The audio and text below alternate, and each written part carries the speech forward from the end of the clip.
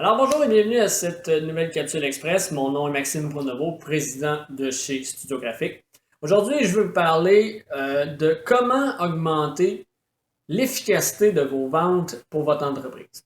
Si vous avez sûrement ce challenge-là, ce défi-là d'avoir plus de ventes, d'augmenter le chiffre d'affaires de votre entreprise. Si vous ne l'avez pas, tant mieux pour vous. Mais je pense qu'il y a quand même une bonne majorité de gens qui désirent augmenter leur chiffre d'affaires ou du moins qui décident d'avoir des ventes plus efficaces pour leur entreprise.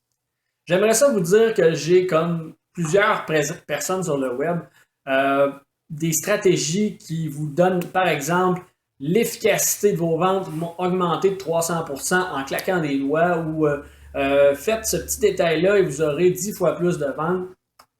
Malheureusement, il n'y a pas de recette magique. Du moins, c'est ma façon de penser. Il y a une recette très simple, c'est de se poser les bonnes questions pour vraiment réaliser comment on fonctionne et aussi d'avoir ces bonnes questions-là pour développer la clientèle. Donc, c'est pour ça aujourd'hui que je vais vous présenter l'approche de vous poser 3 questions que vous pourrez réfléchir régulièrement dans votre entreprise, tous les jours, même si vous le désirez, pour augmenter l'efficacité de vos ventes. La première question que je vous invite à vous poser, c'est qu'est-ce que je peux faire pour améliorer mon entreprise?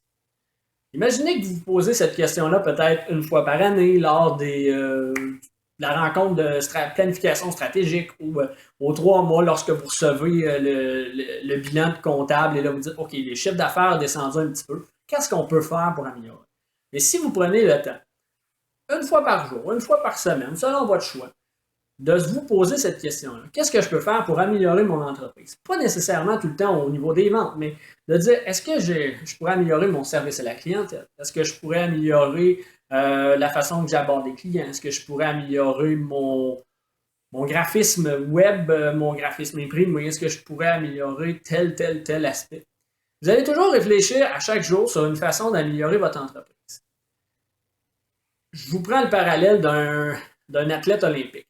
L'athlète olympique, à chaque jour, par exemple, un athlète qui fait de la natation, va à chaque jour à la piscine et veut améliorer son temps sur le 100 mètres, par exemple. Ce qu'il décide de faire, c'est qu'il se pose la question comment je peux faire, et avec son entraîneur, il développe des techniques, il s'entraîne d'une façon différente. C'est le même principe. Si vous vous améliorez, vous posez votre question pour vous améliorer chaque jour, et que vous regardez à votre entreprise en premier lieu, au lieu de dire je ne comprends pas pourquoi la clientèle, c'est pas un bon moment, la clientèle ne veut pas acheter, les gens aiment de nouveaux produits, ne sont pas intéressés. Vous allez vous concentrer sur ce que vous pouvez faire pour améliorer et vous allez de cette façon-là vraiment développer une efficacité de vente, mais une efficacité d'entreprise généralisée. Les gens vont avoir vraiment une confiance, vont se rendre compte que vous êtes constamment en développement et ça, c'est bénéfique lorsque vous allez rencontrer des clients. La deuxième question que vous pouvez vous poser, c'est qui je peux rencontrer aujourd'hui qui peut avoir besoin de mes services ou de mes produits.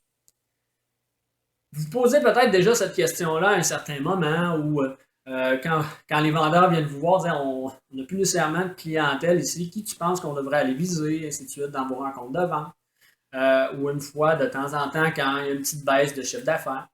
Mais prenez encore cet aspect-là de chaque jour, vous posez cette question-là. De vous trouver peut-être, tiens, disons, 5 personnes par jour qui pourraient nécessiter vos services ou vos produits que vous n'avez jamais rencontrés. Ou même qui vous avez rencontré, vous avez fait un bon travail, mais que ça fait longtemps. De cette façon-là, ça va faire 35 personnes, environ 25 à 35 personnes par semaine que vous allez penser à rencontrer. Là, c'est juste, pas juste d'y penser, mais à aller rencontrer ces gens-là, de faire en sorte que ce soit vos vendeurs ou vous personnellement, ou par les réseaux sociaux, mais d'aller rencontrer ces gens-là et de leur dire Hey, bonjour, regarde, j'ai pensé que tu pouvais avoir besoin ou de faire votre approche de vente traditionnelle. De cette façon-là, imaginez la différence. Vous avez 35 personnes par semaine, et ça, c'est un minimum, là, je vous donne des chiffres comme ça. 35 personnes par semaine que vous allez prendre et que vous allez leur présenter votre entreprise, présenter vos services, ou du moins faire une approche à savoir s'il y a un intérêt envers votre entreprise, votre produit. Imaginez l'aspect à la fin de l'année comparé à une fois de temps en temps où vous faites des approches ici et là. Et en même temps, ça va vous faire réfléchir sur la question d'avoir des clients qui nécessitent vos produits ou vos services. Parce que souvent, on lance la balle un peu partout et on n'a pas de bon retour parce que ces gens-là n'ont pas un intérêt à votre produit ou à votre service. Ce qui fait de cette façon-là qu'ils se retrouvent dans une situation où vous n'avez pas un bon taux d'efficacité sur vos ventes. Mais si vous ciblez vraiment des gens qui auraient besoin de vos services, auraient besoin de votre produit, votre taux d'efficacité va augmenter. C'est sûr et certain.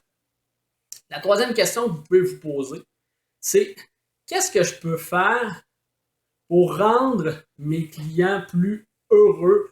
Je dirais augmenter, rendre plus impressionnant votre entreprise. Ça ressemble un peu à la question d'améliorer votre entreprise, mais pas tout à fait. Le client, n'importe quel client va acheter avec un facteur émotion. On a notre rationalité, notre façon de penser à nous, c'est ça. Lorsque, par exemple, vous voyez un véhicule et qu'il vous plaît, on parle d'émotion. Mais vous avez votre facteur rationnel qui dit, bon, c'est un peu cher pour notre budget, j'ai pas l'argent, je vais mettre ça de côté. Quand vous achetez, c'est que votre facteur émotion est plus puissant que votre facteur rationnel. Vous dites, ben oui, j'ai peut-être pas nécessairement l'argent, mais j'aime tellement ce véhicule-là que j'y vais. Pourquoi? Sûrement parce que le véhicule a une bonne cote, une bonne impression au niveau des gens. Peut-être que vous en avez tellement entendu parler. Peut-être parce que vous êtes tanné de votre vieux véhicule. Peut-être parce que le vendeur devant vous a vraiment vendu ce véhicule-là comme c'est pas possible. Tous ces aspects-là font que vous achetez avec votre facteur émotionnel.